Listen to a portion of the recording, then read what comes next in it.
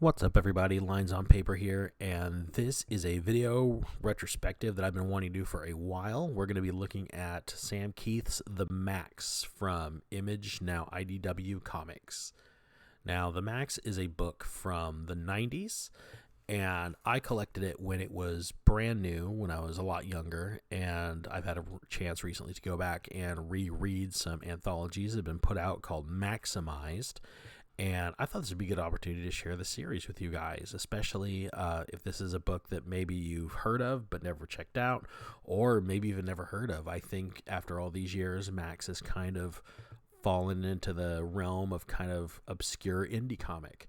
Back in the day, Maxx was actually kind of popular. He even spawned an animated series on MTV that lasted quite a while. That was a very faithful adaptation of the comic, and definitely worth checking out if you are just a fan of animation. The style was really, really good and really faithful to the artwork of the comic, or if you are a fan of the comic itself and want to see the characters brought to life with movement and voices. It was a very well done adaptation.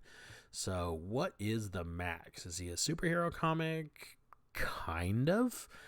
He is a character that's a combination of a human mixed with the metaphysical manifestation of another person's inner torment. And I know that doesn't make a lot of sense, but the comic itself doesn't make sense at times. But if you read it from beginning to end, the story does conclude and does wrap into one coherent narrative, and that's the best way I can explain it. First thing I want to talk about is the artwork in the Maxx, and this is done by Sam Kieth with finishes by Jim Sinclair, and the artwork is very unique. As you can see, this panel design, which is just some weird kind of geodesic shape, where we get introduced to Max is in the box, and you read his inner monologue as he's kind of watching a street crime take place, and the book just kind of continues from there. And as you can see, these panels are just randomly shaped, and Sam Kieth's artwork is so neat and so stylized. And I kind of find that mileage kind of varies on this artist. People either really like him or really don't. I don't know that I've ever met an in-between type on Sam Kieth. People either love him or hate him. So we're introduced to these two street criminals. They are mugging a lady, and that's when we are introduced to the Maxx. And there he is. He is kind of an inhuman shape. He's very bent over. His feet are very exaggeratedly large. He has his middle finger has been turned into razor sharp, near indestructible claws, and then he wears this mask with these protruding teeth. So Maxx at its core is a book about a character who's kind of lost in a world among other people that are lost in a world. And the only difference between him and everyone else is he knows he's lost. The others don't. So as the story continues, we're introduced to the other characters of the series. Maxx, of course, who goes from city life to the outback, where he's the protector of the Jungle Queen. The outback is a fictionalized version of Australia. It is somebody else's subconscious that he can just travel into. Like I said, this is a very weird book. So the other protagonist of the story is Julie Winters. Julie Winters is his social worker, and she is the one whose subconscious that he travels to. They are bonded. He doesn't know how, and she doesn't even know that they're bonded. So the main villain of the series is Mr. Gone. Mr. Gone we first are introduced to Mr. Gone as kind of a stalker serial killer style character, but he ends up having a much deeper connection to both Maxx and Julie.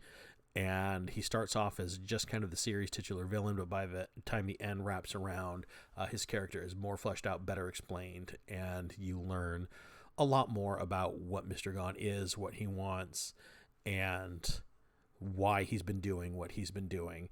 Does it redeem him at the end? That's kind of tough to say, but there is an ending. It is satisfying. So really, at its heart, Maxx is a pretty honest and brutal story about trauma, personal trauma, repression, and what it takes to accept what's happened to you and move on. The story starts off very surface level, but as it goes on, it gets very deep. And as these layers are kind of peeled back and you learn who the characters are and why they've done what they've done, you really end up not only sympathizing with the characters, but really seeing real world problems being told in a very fantastical way.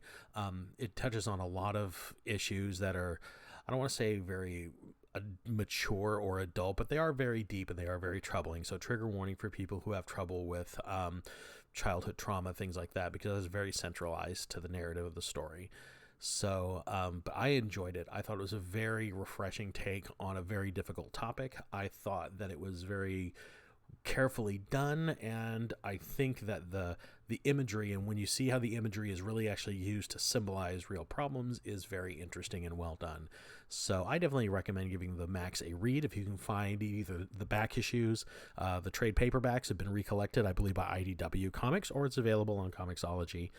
Or if you can find it, which is very difficult these days, the Maxx animated series. I think you can find the episodes on YouTube at the time of this recording, but don't quote me on that. So I will have more comic reviews later in the week and going into next week, and we will be talking about WandaVision very shortly. So thanks for stopping by and listening to me. I hope you give this comic a try, and if you like what I'm doing here, please like, subscribe to the channel. Really helps me out, and I will see you next time. Goodbye.